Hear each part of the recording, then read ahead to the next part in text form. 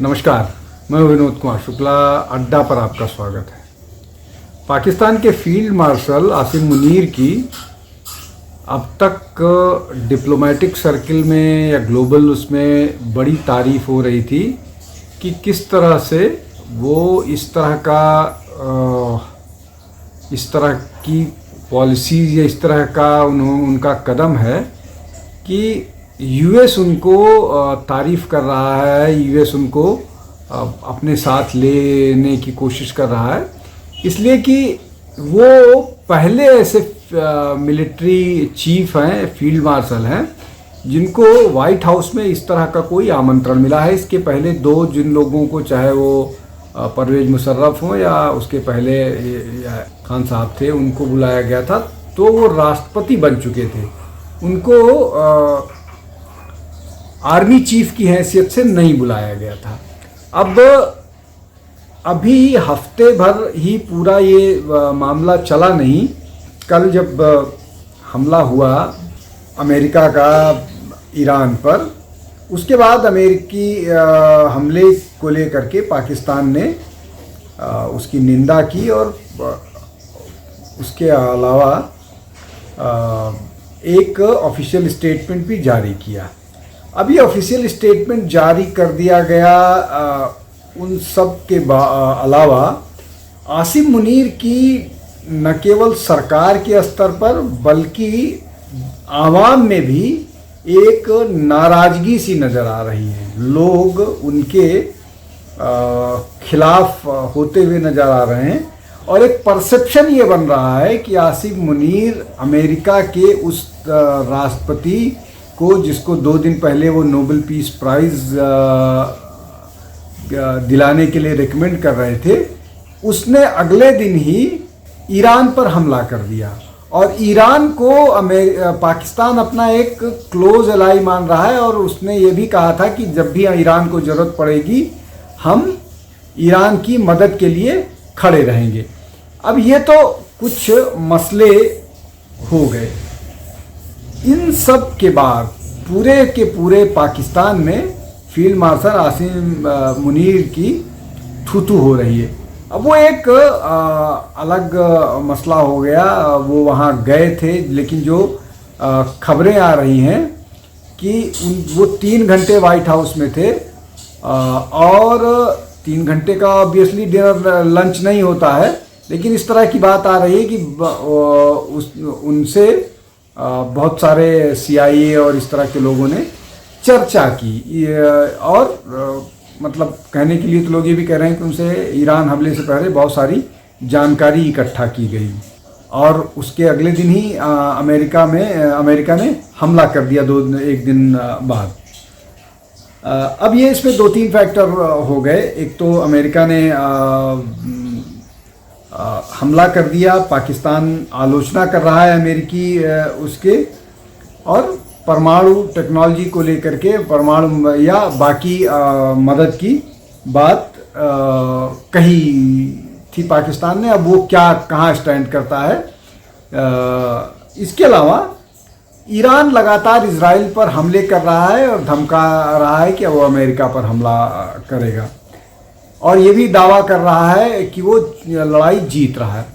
तो अगर वो लड़ाई जीत रहा है और जीत चुका है, उसने हाइफा और बाकी, निश्चित तौर पर हाइफा पर, तेल अवीव पर, इन सब जगहों पर 2 दिन पहले 3 दिन पहले तो यरूशलेम के भी कुछ इलाकों पर हमला किया था, तो हो रहा है। तो अगर ये सब वो जीत रहा है तो फिर ये हमले क्यों जारी हैं?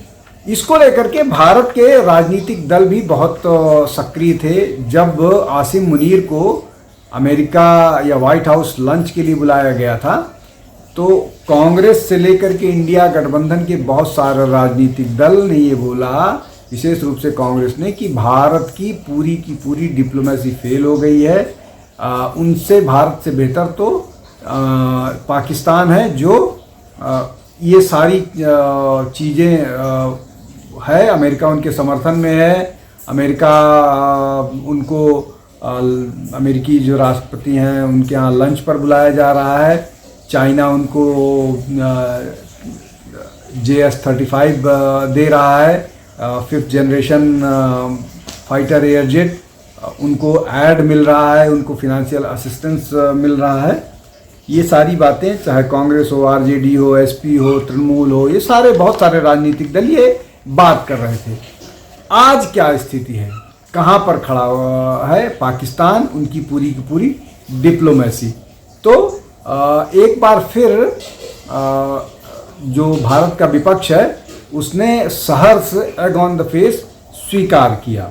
अब इसमें एक और बड़ा प्रश्न उठता है कि क्या पाकिस्तान की सारी वैचारिक लड़ाई पैसे पर ख़त्म हो जाती है, उसको मदद चाहिए, उसको भीख चाहिए और उसको आर्थिक सहायता चाहिए। जो भी देश उसको ये सारी मदद देने के लिए तैयार है, तो जो वो आइडियोलॉजी की बात करता है, जिस आइडियोलॉजी के साथ वो ओआईसी या ईरान की मदद जिस आइडियोलॉजी के कारण करने के लिए तैयार था, जो उम्मत की बात करते हैं, तो उस उम्मत के कन्विक्शन का क्या हुआ? उस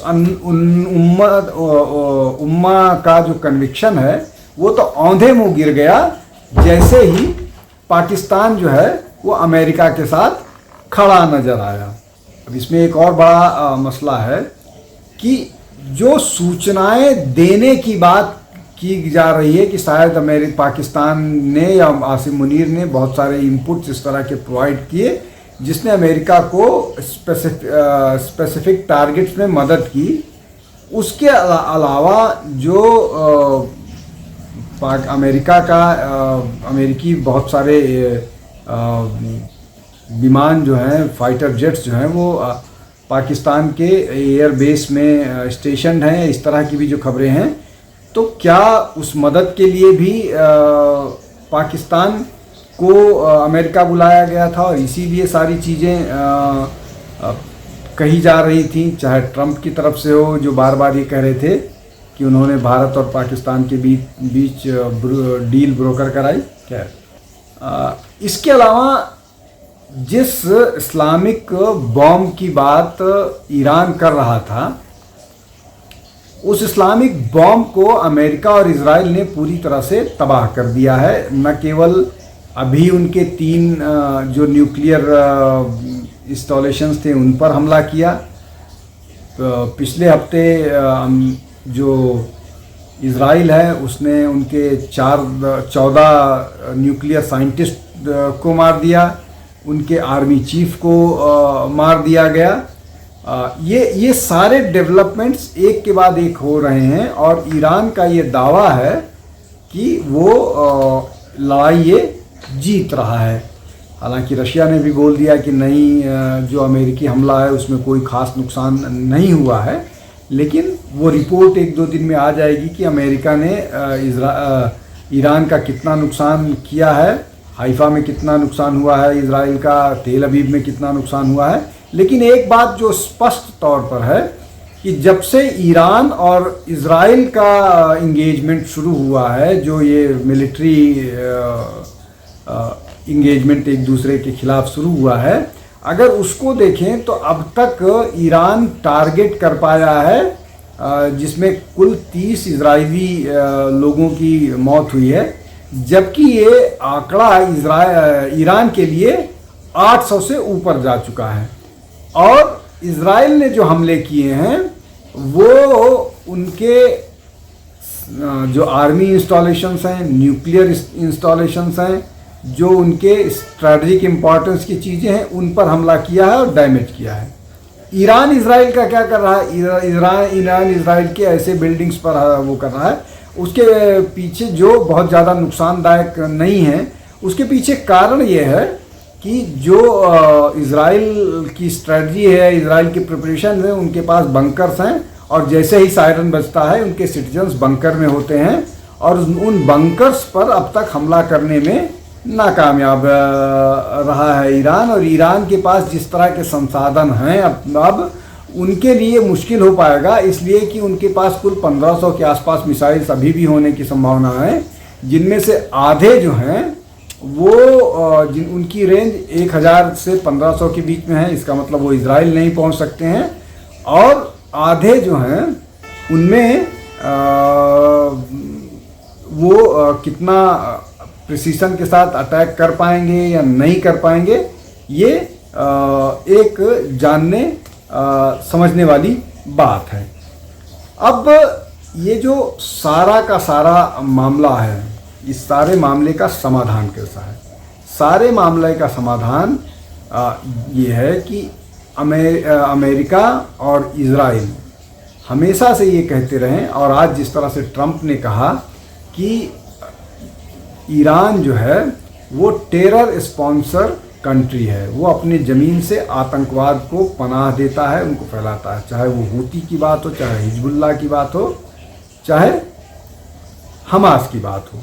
ये तीनों को वो ब्रीड, उनके लिए ब्रीडिंग वो है, और इसी बात को लेकर के विरोध है। दूसरा ये कि इज़राइल और अमेरिका का कहना है कि वो ईरान को न्यूक्लियर पावर कंट्री नहीं बनने देंगे, इसलिए कि उनके अड़ोस पड़ोस के भी बहुत सारे देश हैं जो ये मानते हैं कि अगर ईरान न्यूक्लियर पावर हो गया तो वो रीजनल थ्रेट बन जाएगा।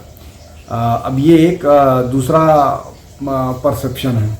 तीसरा ये कि जिस तरह से आतंकवादियों का पनाहगार है, उसमें अगर कुछ न्यूक्लियर टेक्नोलॉजी या कुछ न्यूक्लियर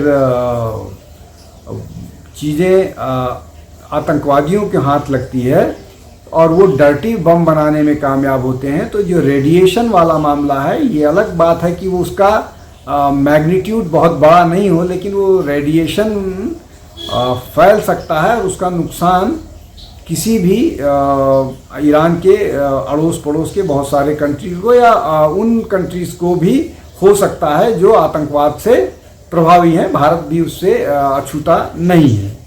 ये तीसरा फैक्टर हो गया। अब इन सब के बीच पाकिस्तान की जो भूमिका थी वो बड़ी हास्यास्पद हो गई है। पाकिस्तान का जो आसिम मुनीर है वो हारने के बाद भारत से उसको फील्ड मार्शल बनाया गया था, उसकी बड़ी तारीफ हो रही थी, उसकी डिप्लोमेसी की। अब वो क्या हालात हैं, आंतरिक रूप से भी फजीहत में है। ईरान पर लगातार हमले हो रहे हैं, ईरान के लोग मारे जा रहे हैं, लेकिन जिस उम्मा की बात पाकिस्तान करता था वो कहाँ नज़र आ रहा है, क्यों नहीं नज़र आ रहा है? और आज भी OIC की बैठक हुई है जिसमें ऐसा कुछ नहीं निकल करके आया, और जो भी इन्फ्लुएंशियल देश हैं OIC के या इस्लामिक वर्ल्ड के, वो कहीं से भी ईरान के खुल के समर्थन में नहीं आ रहे हैं। दो बड़ी बैठक हुई, एक G7 की बैठक हुई। G7 की बैठक में सबको मालूम है किस तरह से इजराइल के समर्थन में लोग रहे। उसके अलावा एक जो CEO चाइना संघाई SCO की जो बैठक हुई, उसमें निश्चित तौर पर ईरान के बारे में बात कही गई कि ईरान को लेकर के।